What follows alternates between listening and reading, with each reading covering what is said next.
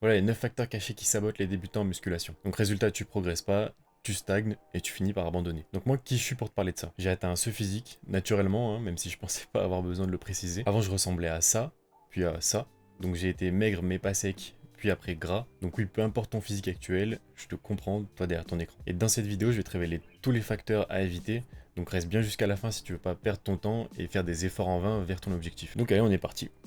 Facteur numéro 1, t'es pas réellement en déficit ou en surplus calorique. Donc moi le déficit c'est ce que je recommande à mes élèves pour commencer. Parce que du coup ça te permet de partir sur une bonne base, sur une bonne composition corporelle, et après faire du muscle proprement sans prendre trop de gras. Moi cette erreur là je l'ai fait pendant des années avec juste un petit tableau Excel où juste je me notais, tiens 200 grammes de poulet, 200 grammes de riz, et au final je finissais jamais avec les bons apports caloriques tout au long de ma semaine. Il faut vraiment mettre un point d'honneur sur traquer son alimentation pour éviter de finir dans ce que j'appelle la cage dorée de l'alimentation intuitive qui t'enferme au final dans une nutrition qui est hasardeuse et tu finis par avoir des résultats hasardeux. Deuxième petit point, c'est important de faire la différence entre bien manger et manger en déficit. C'est pas parce que tu manges 200 grammes de légumes par repas à chaque repas que forcément tu es en déficit calorique. D'où l'importance de calculer à la semaine plutôt qu'à la journée. À la semaine, ce sera vraiment plus simple pour toi de calibrer, de faire en sorte aussi de gérer les imprévus, etc. Donc on passe au deuxième facteur. Est-ce que le plaisir gustatif c'est compatible avec les objectifs? Moi étant un bon vivant moi-même, c'est super important pour moi de bien manger et d'apprécier mon quotidien. Et je pense que c'est certainement ton cas à toi aussi. D'où l'importance pour nous de manger des bons plats réconfortants et que ce soit pas une corvée à chaque fois de finir son assiette. Donc moi pour ma part j'ai toujours été passionné de cuisine, mais j'ai jamais aimé les recettes qui étaient trop compliquées, les recettes qui prenaient 3 heures à faire. Donc résultat, au fil des années, j'ai expérimenté des centaines de recettes. Donc restez connectés parce que bientôt j'arrive sur Instagram et TikTok. Donc ce sera dans quelques semaines. Et là, je vais te partager mes meilleures recettes qui sont rapides, faciles et qui te donnent l'impression de tricher tous les jours. Donc abonne-toi ici, je te tiens au courant dans les jours à venir dès que ça sort sur Insta et TikTok. Donc en bref, fais-toi plaisir tant que ça rentre dans tes calories et tes macros. D'ailleurs, petit point bonus, le tracking des calories, ça te permet justement de manger sans culpabilité parce que tu sais ce que tu manges. Et souvent, tu te retrouves aussi avec de la marge, donc ce qui te paraissait avant comme un cheat meal, aujourd'hui c'est juste ce que tu as besoin de manger. Et ça devient donc tes repas classiques parce que ça rentre dans tes calories. Donc maintenant, on passe au point numéro 3. Désolé de te le dire, mais t'es sédentaire. Là, il faut savoir que quelqu'un d'actif, il est à plus de 6000 pas par jour. Donc pour quelqu'un qui veut un objectif physique, c'est absolument nécessaire de sortir de la sédentarité. Ça a aucun sens pour n'importe quel pratiquant d'aller à la salle, ne rien faire de sa journée, mais quand même espérer un corps athlétique. Et là, ce qui est important aussi, c'est que comme ta nutrition, il faut que tu rendes ça confortable. Donc achète-toi un petit tapis de marche ou alors un vélo d'intérieur, et ça va te permettre de dépenser tout en bossant, en regardant un film ou en jouant, n'importe. Et l'avantage de ça, c'est que tu atteins ton objectif sans même le sentir. Facteur numéro 4, le coût invisible du manque d'expérience et de connaissances. Donc là en fait je suis en train de te dire que même les meilleurs sportifs et les meilleurs coachs, ils ont tous été coachés. Pourquoi toi qui as des ambitions physiques, tu pourrais te permettre de passer à côté, alors que même les pros qui ont beaucoup plus d'expérience, ils passent pas à côté. Donc là en fait chaque mois qui passe sans te faire accompagner, c'est du temps et des ressources que tu perds. Moi, il faut savoir que le physique que j'ai là actuellement, j'aurais pu l'avoir en 2 fois moins de temps si j'avais la méthode. Et encore, j'ai trouvé la méthode. Moi, ça me désole de voir des gens qui passent des années à la salle sans même voir 1 centimètre de tour de bras en plus. Et au final, on les voit tous, hein, ces gens. Ça fait 5 ans qu'ils sont à la salle et c'est toujours les mêmes. Donc n'en fais pas partie, prends un coach ou un mentor et débloque ces nouveaux paliers. Et si toi, tu as besoin d'aide pour ça, je suis là pour toi. Dans la description, tu verras, il y a un lien. Tu cliques dessus et on en discute ensemble. Facteur numéro 5. Est-ce que tu sais vraiment ce que tu fais? Donc là, pour moi, il y a deux profils. Le premier, c'est tu t'entraînes au hasard ou à l'envie. Donc un jour, je vais faire ça, un jour, j'arrive à la salle, je préfère faire ça. Au final, tu te retrouves à faire 3 fois les pecs dans la semaine et 0 fois les jambes.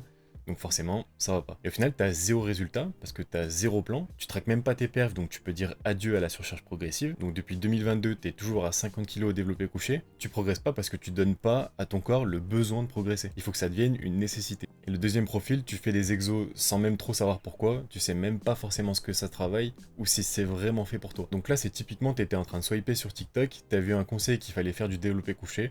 Donc forcément, t'en fais. Mais le développé couché, qui est en plus un mouvement assez technique, si tu le sens pas là où tu es censé devoir le sentir, et au final tu travailles pas ce muscle. Moi pour ma part je me suis obstiné à faire du développé couché pendant des années, j'avais zéro pec, il a fallu que je passe à d'autres exercices comme le développé incliné à la Smith, et là j'ai eu des résultats. Donc vraiment c'est important de faire ton programme autour de toi. Alors une petite phrase punchline qui résume bien tout ça, qui est tirée de la méthode Williams: si t'échoues à planifier, tu planifies ton échec. Donc on passe au facteur numéro 6, et d'ailleurs j'ai marqué 7.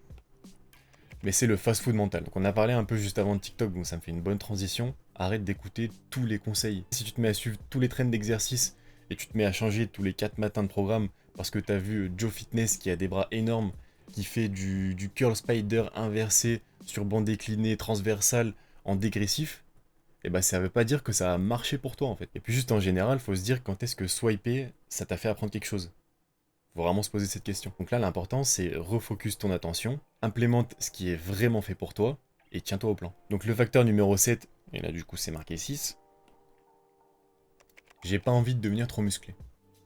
Donc, je te rassure d'avance, hein, tu ne deviendras jamais Ronnie Coleman parce que tu as fait 2-3 exercices lourds. Là pour moi c'est important d'arrêter avec ça, on va pas se mettre des limites alors qu'on n'a même pas encore un physique décent. Donc c'est complètement insensé, on va à la salle, on se donne à fond. Et juste pour info, tu viendras jamais trop musclé. Pour atteindre un tel niveau, il faut une réelle obsession, il faut que ça devienne vraiment une obsession. Il faut des sacrifices énormes, il faut aussi des dizaines d'années d'entraînement, et en plus du dopage, ce que moi je prêche contre, et que je prêcherai toujours contre, parce que les limites naturelles, elles vont bien au-delà de ce que tout le monde peut penser. Donc juste petite info, Samuel Hartmann, qui est un bodybuilder français qui est pro maintenant, il ressemblait à ça, justement, avant de passer pro et décider de se charger. Donc certes, il a une très bonne génétique, mais on est tous très très loin de ce niveau-là. Et son physique, il est magnifique, naturellement comme ça, sans aucun produit. D'ailleurs, je vais développer ce point dans une autre vidéo, parce que j'ai l'impression qu'il y a un gros consensus autour des limites naturelles qui nous empêche de voir le plein potentiel qu'on peut atteindre. Du coup, la conséquence de ça, c'est que dès qu'on voit un bout de veine ou quelques stries, on se met à crier au dopage. Il y en a d'ailleurs qui regardent mes vidéos, on vous voit dans les commentaires, hein, et on rigole bien de vous ici. Donc on passe à l'avant-dernier point.